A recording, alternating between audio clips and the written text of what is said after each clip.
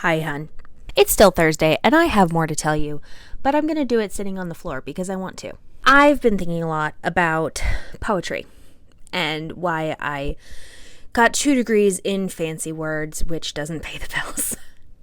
I don't really know what I'm going to say, and I just wanted to kind of talk to you about it. I've been thinking about the weekend before last, which was Pride here in our town. And for the past several years, I have done live poetry at Pride. Basically how that works is I sit up on the street with a typewriter and paper and a sign, and anyone who wants to can sit down and have a conversation with me, and then I'll write them a poem. And I've been thinking lately about why I like it so much, even though I'm an introvert and I don't really like interacting with people a lot, and it's hot and muggy and sweaty, and I have to lug all of my stuff, which makes my chronic pain go haywire. In all estimations, I should not like this as much as I do, but I do. So why? And I've been thinking about the various people that I saw. I saw a mother who was grieving the loss of her son. I saw another mother who was getting ready to see her child in the hospital the next day.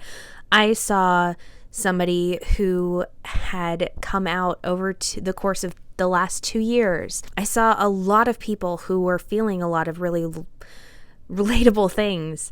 And people who were excited about seeing Beyonce, and people who were anxious about everything. And I talked to them all. I wrote poems for them all. And I've been thinking about why specifically this format of live poetry really gets to me.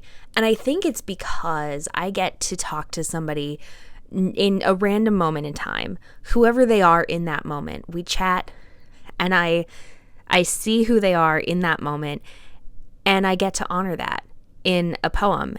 And not just do I get to honor them in that moment, I also get to send them home with a tangible reminder of our conversation and what it was like, who they were at that moment of that day. People will sit down in the chair and they'll tell me things that it would take a therapist years to uncover, because there's something kind of intimate about writing a poem for someone.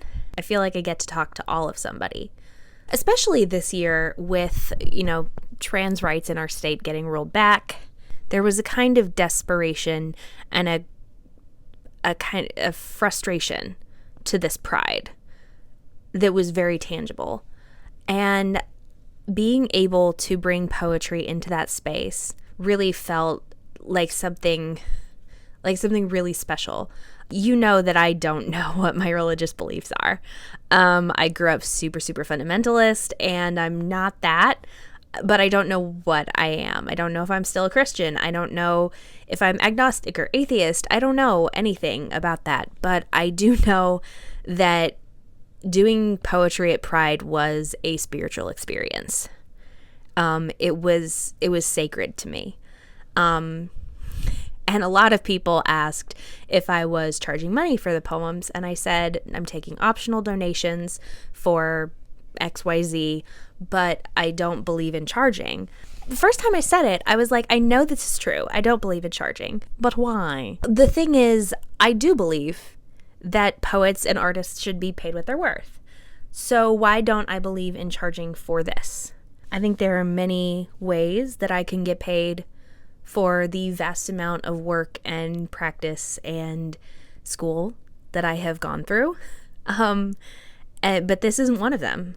This is sacred.